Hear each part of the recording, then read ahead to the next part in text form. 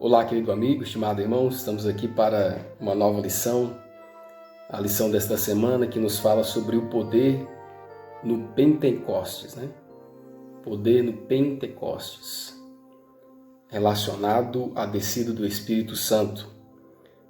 Nos diz assim o texto básico bíblico, Lucas 11:13. Se vós, pois, sendo maus, sabeis dar boas dádivas a vossos filhos, quanto mais vosso Pai Celestial dará o Espírito Santo aos que lhe pedirem. Nós vemos aqui que os pais sempre querem ajudar os seus filhos, Querem dar boas coisas, boas dádivas, mesmo muitas vezes esses filhos sendo maus. E Deus, como é nosso Pai, Ele também deseja nos dar boas coisas, boas dádivas. Deus deseja dar aos seus filhos aqui o seu Santo Espírito. Quer lhes dar o poder do Espírito Santo para poderem executar aqui a sua missão com grande êxito, Então Deus também quer dar uma boa dádiva aos seus filhos obedientes, aqueles que estão perseverando nesses últimos dias, quer lhes dar o poder do Espírito Santo, Devemos orar tão fervorosamente pela descida do Espírito Santo como os discípulos oraram no dia de Pentecostes. Se eles precisavam disso naquela época, muito mais nós hoje. Então, nós vemos aqui a importância da oração. Os discípulos no passado oraram muito, pedindo a descida do Espírito Santo sobre eles.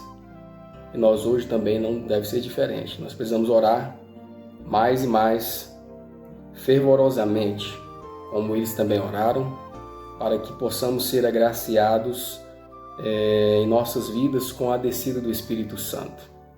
Dessa forma é que nós podemos então receber o poder de Deus, a terceira pessoa da divindade, que é o Espírito Santo, que vai nos ajudar a concluir essa obra com grande poder, Orar, vigiar, fazer a vontade do Senhor. Sermos imitadores da igreja primitiva. Então, estando em intimidade com Deus, sendo amigo de Deus, o Espírito Santo poderá então descer sobre nós. O primeiro tópico nos fala sobre preparando-se para o derramamento. Em resposta à oração, o que aconteceu quando os discípulos estavam num só lugar, com um objetivo comum? E o que podemos aprender disso? Lucas 11:13, Atos 2, versos 1 e 2. Pois se vós, sendo maus, sabeis dar boas dádivas aos vossos filhos, quanto mais dará o Pai Celestial o poder, o Espírito Santo àqueles que lhe pedirem. Cumprindo-se o dia de Pentecostes, estavam todos reunidos no mesmo lugar, e de repente veio do céu um som, como de um vento veemente e impetuoso, e encheu toda a casa que estavam assentados. Então nós podemos ver aqui que o Santo Espírito desceu sobre aqueles discípulos, E aqui eles estavam em um objetivo comum, num só lugar, em união. Então o Espírito Santo desceu sobre eles. Isso nos mostra, na verdade, irmãos, que os discípulos, eles se prepararam para receber o Espírito Santo. Estavam em união, estavam em comunhão com Deus. Foi preciso uma reforma entre eles, Tiraram toda dissensão, toda maledicência, toda inveja, todo egoísmo. Tudo aquilo que estava causando divisão entre eles, Todas as diferenças, aí sim o Espírito Santo pôde descer sobre eles. Foi nesse momento, então, de união, de preparação, que eles passaram por esses processos, ali de tirar todo o egoísmo, tirar todo o espírito de exaltação própria, todas as diferenças. Então o Espírito Santo veio sobre eles. E assim também nós precisamos também passar por essa situação. Qual tem sido as situações que têm nos atrapalhado, de recebermos o Santo Espírito?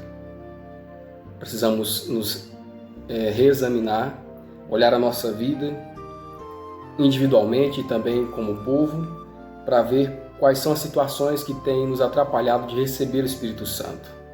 São as dissensões, são as intrigas, são as brigas, as invejas, cada um buscando ser mais importante do que o outro, ter uma posição mais elevada do que o outro, o que tem nos atrapalhado de receber o Espírito Santo.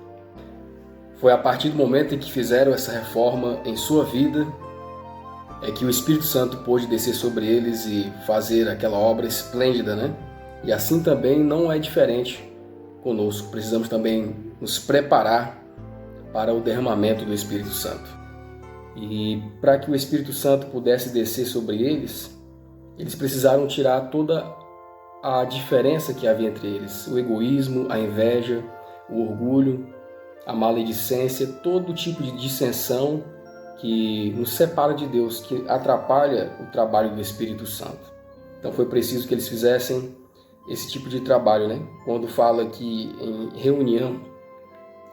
em união demonstra que eles estavam fazendo a vontade de Deus. E a vontade de Deus é que, para a descida do Santo Espírito, essa união verdadeira seja demonstrada na vida dos seus servos.